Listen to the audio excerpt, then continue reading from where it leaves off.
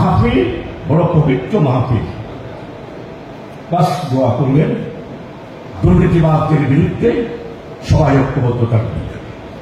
আর ভিতরে 7 জানো আগালা তো তারা কি আপনার বলবে লিস্ট হয়ে কারণ বাড়ি গিয়ে মনে হইতে একটা বাড়ি গিয়ে সম্ভব নয়। সব ফেরত আনা হবে। বাংলাদেশের জামাত আর শিবির ইনশাআল্লাহ যতদিন থাকবে দুর্নীতিবাদদের জায়গা বাংলায় হবে। সবাই ঐক্যবদ্ধভাবে আগামী দিনের মাহফিলে সর্বাত্মকভাবে সহযোগিতা করার আহ্বান দেবে। হ্যাঁ, অনেকে হচ্ছে চিয়ানতালে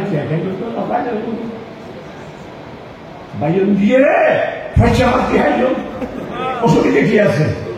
আব্দুল সালাম আকানি রহমতুল্লাহ একটা নসিহত আছে, হারাম হালাল থেকে যদি বেঁচে না থাকেন, আল্লাহ অপছন্দনীয় ইনকাম যদি আপনি করেন, সারাটা বছর মুরাকাবা করতে পারেন কিন্তু আল্লাহর সান্নিধ্য পাবেন না। এরপরে আমি আরেকটা নসিহত বলেছেন। আচ্ছা, আমাদের আমি একটা এটাই বলে ফেলি। উনি বলেছেন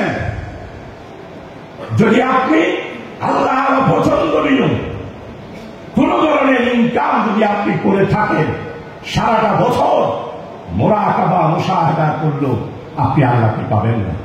এই জন্য উনার নসিহতের মধ্যে আছে, আল্লাহকে যদি পেতে চাও দুঃখের সাগরে সাঁতার কাটো, সুখের সাগরে পূর্বপুরো হ্যাঁ সুখর সাগর পাই এরা আল্লাহর ভেজা ইয়ার কোনদিনও সম্ভব নয়।